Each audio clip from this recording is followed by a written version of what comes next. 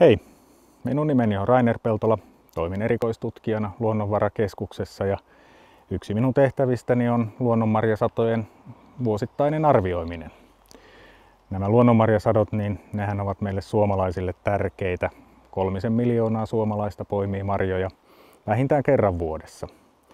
Ja tietenkin satotieto on näille 3 miljoonalle suomalaiselle tärkeää, jotta vähän osattaisiin arvioida, että minkä verran satoa tulee minäkin vuotena ja miten ne sadot sijoittuvat. Näiden marjasatojen ennakoinnissa kaiken a ja o on se, että meillä on riittävästi havaintoja näistä luonnonmarjojen kukista, raaoista marjoista ja kypsistä marjoista. Ja näiden marjahavaintojen teko on hyvin yksinkertaista. Jokainen suomalainen voi osallistua tähän työhön. Nyt kun meillä on käytössä älypuhelimet, joissa käytännössä kaikissa on mukana verkkoyhteys ja paikannustoiminnot, niin meillä on myöskin tarvittavat työkalut näiden havaintojen tallentamiseen. Ja nyt tämän videon aikana katsomme, että miten tällainen marjahavaintopiste perustetaan ja miten näitä marjahavaintoja sitten tehdään. Nämä marjahavaintojen koeruudut, niiden koeruutujen nurkat merkitään esimerkiksi tällaisilla päästään terotetuilla puurimoilla.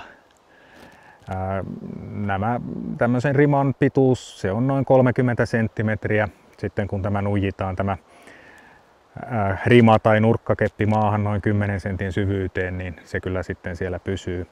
Mitään vahinkoahan tämmöisten koeruutujen perustaminen ei tietenkään siellä metsässä tee, mutta siitä huolimatta maanomistajalta on kyllä aina syytä kysyä lupa tällaisten koeruutujen perustamiseen silloin, kun ne ei olla omassa metsässä. No niin, aloitetaanpa sitten tämän ensimmäisen koeruudun perustaminen. Ja kuten näkyy, niin tässä on hyvää jo kukkivaa mustikkakasvustoa. Tämä näyttää oikein hyvältä paikalta perustaa tämä koeruutu. Ja ei muuta kuin lyödään maahan ensimmäinen nurkkakeppi. Nämä koeruudut, niin nehän ovat 1 kertaa 1 metriä kokoisia, 1 neliömetrin kokoisia, eli näiden nurkkakeppien etäisyydet toisistaan ovat siis 1 metrin sillä tavoin, että se mitataan se etäisyys tuolta kepin ulkoreunasta ulkoreunaan. Nyt sitten lyödään tämä 3. nurkkakeppi paikalleen ja se tietenkin lyödään 1 metrin päähän tästä edellisestä niin, että tämä ruudun sivu on se 100 senttimetriä jälleen riman ulkoreunasta ulkoreunaan mitattuna.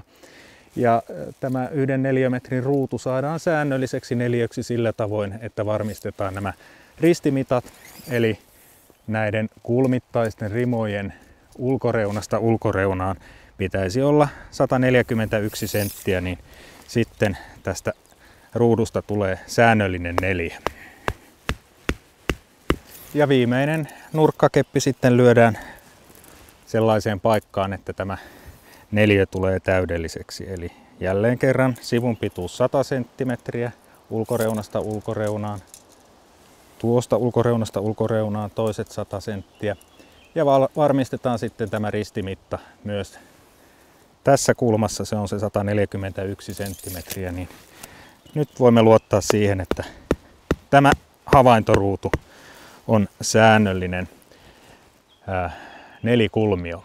Ja aika tärkeää tässä sitten tosiaan on se, että tämä havaintoruutu tosiaan on se 1 neliömetrin. Eli jos käy sillä tavoin, että yksi näistä nurkkakepeistä ei riittävän syvälle menekään, esimerkiksi kivisen maan takia, niin sitten täytyy vaan muitakin niitä nurkkakeppejä siirtää sillä tavoin, että saadaan tällainen säännöllinen neliö aikaiseksi.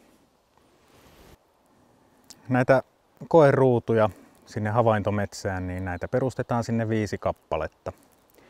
Ja jokainen ruutu merkitään juoksevalla numerolla, eli tämä ensimmäinen ruutu, minkä me nyt tässä teimme, tämä on esimerkiksi numero 1 ja se merkitään sitten tämä ruutu yhteen näistä nurkkakepeistä. Tuossa nyt on erikseen maalattuna tuommoinen valkoinen alue, johon voidaan säänkestävällä tussilla sitten merkitä tämä juokseva numero.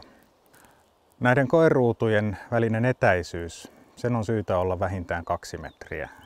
Varsinaista maksimietäisyyttä ei ole, mutta tärkeää on, että ne kaikki 5 koeruutua ovat saman metsäkuvion alueella. Ja reunimaisesta ruudusta siihen metsäkuvion reunaan pitäisi olla vähintään 10 metriä.